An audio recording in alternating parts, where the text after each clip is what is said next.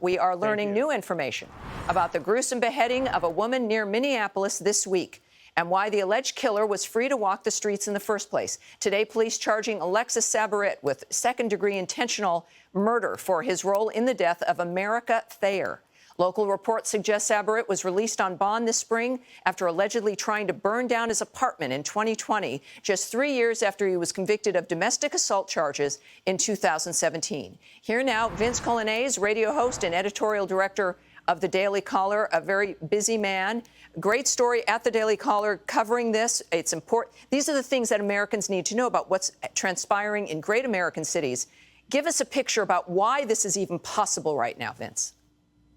Yeah, when we talk about crime, a lot of focus is, of course, placed on the police. But it's not just the police in our criminal justice system that needs to work. It's the prosecutors and it's the courts as well. And this beheading this week is going to place a lot of focus on the court that released this guy. Ultimately, he's got a couple of convictions in his past, one of them for domestic abuse. The initials match up with America Thayer here, the idea being that he probably domestically abused her in 2017 before he subsequently now murdered her. And as you mentioned, he apparently tried to set fire to his own apartment last year, and that led to a court hearing this spring where a court doctor recommended that he be taken into custody and held there because he is a threat to the community. The judge released him, and now this is the result.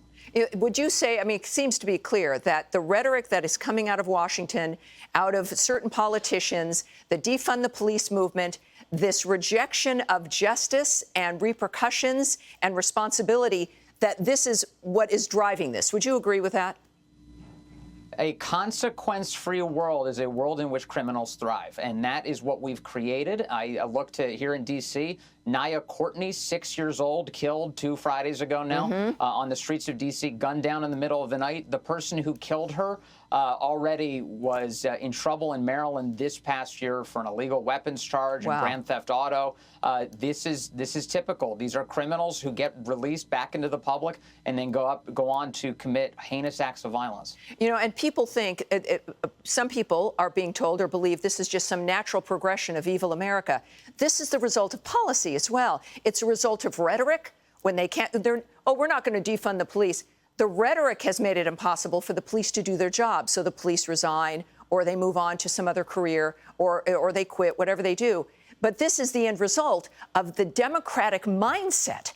It's an extraordinary development, and it's affecting every city, not just blue cities at this point.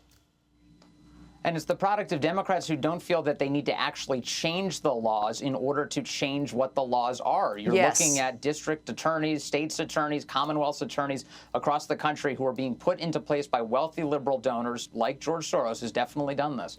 He's bankrolled these types of campaigns in order to get these guys to not prosecute crimes. It's a big deal. Yeah, this is an agenda. It is planned. It's a strategy, and it's paid for. Vince, great. Thank you very much for